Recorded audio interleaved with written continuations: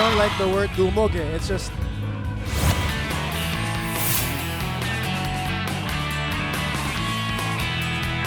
bumisita kami doon sa head office nila. And ang daming Filipinos na naghintay doon para sa amin.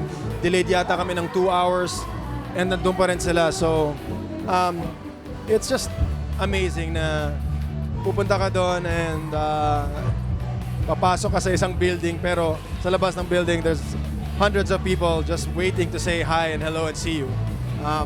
Unbelievable.